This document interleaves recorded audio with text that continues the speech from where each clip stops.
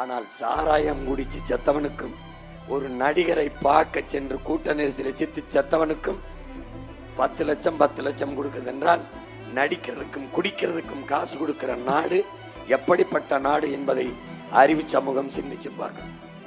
சாராயம் காய்ச்சுவதும் குடிப்பதும் சட்டப்படி குற்றம். அதனால அதுக்கு கள்ளச்சாராயம்.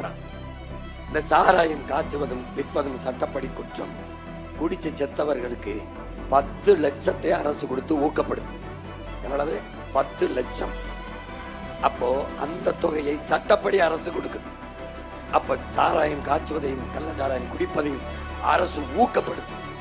உங்க வீட்டு பிள்ளைகளை நாங்கள் படிக்க வைக்கிறோம், வீட்டுக்கு ஒருவருக்கு வேலை கொடுக்கிறோம். அதே நேரம் என் அன்பு தம்பதங்கையிலே நாட்டு எல்லையை காக்க போராடி செத்து வந்த ராணுவ வீரன் குடும்பத்துக்கு ₹1 இந்த நாடு கொடுக்கல. மீன் பிடிக்க செல்கிறவனை சிங்கள ராணுவம் சுட்டுக் கொள்கிறது, அவனுக்கு ₹1 லட்சம் கூட கொடுக்கல.